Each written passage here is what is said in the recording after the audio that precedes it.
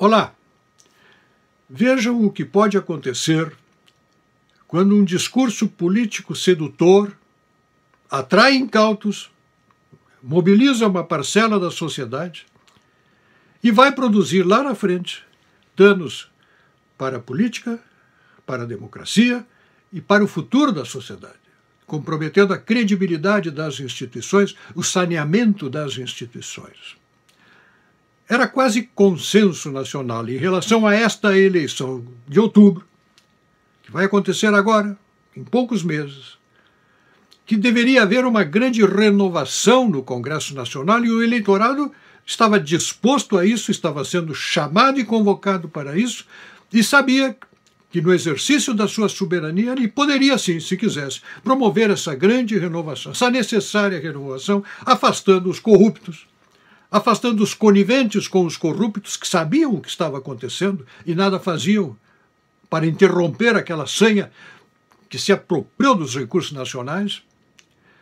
E a bancada majoritária, essa é mais numerosa ainda, que é a bancada dos inúteis, dos inaproveitáveis, dos incompetentes, que numericamente tinham poder suficiente para fazer aquilo que a sociedade esperava, inclusive diante daquela realidade, que era inverter as relações de poder, restabelecendo a soberania da sociedade em relação ao Estado, porque hoje nós estamos na situação inversa, com o círculo de ferro da corrupção, círculo de ferro do patrimonialismo, círculo de ferro do corporativismo, círculo de ferro da burocracia. Estes círculos todos controlam, subordinam a sociedade, nos transformam em servos do Estado, quando tinha que ser o contrário.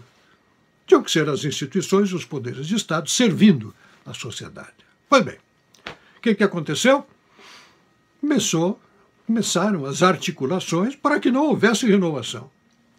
Isso tudo começou lá atrás, em 2013, com os primeiros projetos, primeiras ideias de uma reforma política, um projeto da deputada Luísa Erundina, inicialmente, de uma reforma política que tinha como cabeça, primeira linha, primeiro artigo, primeiro preceito, primeira pauta, a substituição do financiamento das campanhas eleitorais, que precisavam deixar de ser financiadas, financiamento particular, financiamento privado, para se tornar financiamento público. Dinheiro para a campanha tem que vir do Estado. Ou seja, mais uma tarefa para o Estado, mais um encargo para o nosso bolso. E olha, isso virou uma onda, a OAB abraçou a causa, a CNBB abraçou a causa, criaram aquela coalizão pela reforma política e eleições limpas, mais de uma centena de entidades encabeçadas pela CNBB e pela OAB, né, e uma fusão de interesses políticos e de parlamentares e congressistas dos mais variados partidos. Em 2015, o Supremo Tribunal Federal proibiu o financiamento privado das campanhas eleitorais. Só financiamento particular.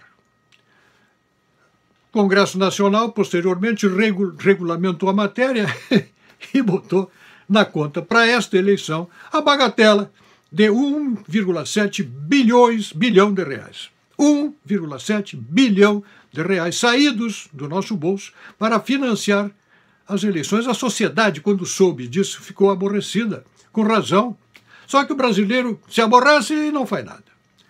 Porque isso tem dois problemas graves. Primeiro, não tem o porquê financiar a campanha eleitoral dos outros. E menos ainda, estar financiando, porque é um financiamento genérico, um dinheiro que sai do Tesouro Nacional, financiando com recursos nossos a eleição, a campanha eleitoral de candidatos que, por exemplo, eu não quero que se elejam.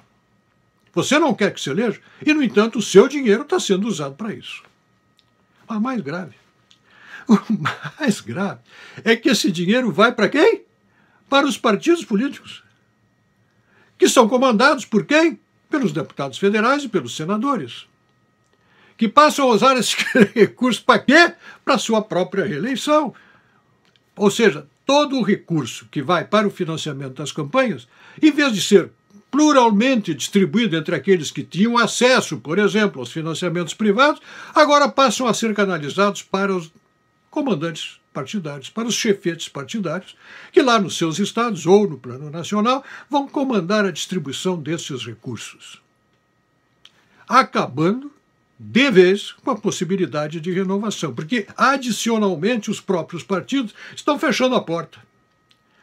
Olha, não é muito fácil hoje alguém se apresentar para dizer, olha, eu quero ser candidato. Não há interesse em que outros candidatos apareçam e venham juntar-se para formar as nominatas, que antes os partidos se empenhavam em atrair pessoas da sociedade para compor a sua nominata, porque isso significava mais votos. Agora não.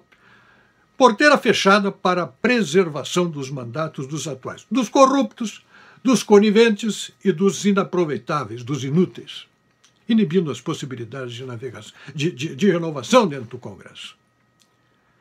E nós estamos agradecendo, né? Devemos, parece, agradecer esta cortesia que foi prestada à democracia brasileira, inibindo a possibilidade de que a sociedade exerça o seu desejo de renovação, a instituições e entidades como a OAB e a CNBB, tão empenhadas em promover o financiamento público das campanhas eleitorais e dando motivo a que agora acontecesse o que está para acontecer, se nós, eleitores, não nos conscientizarmos de que devemos empurrar a renovação goela abaixo deles, votando em candidatos novos.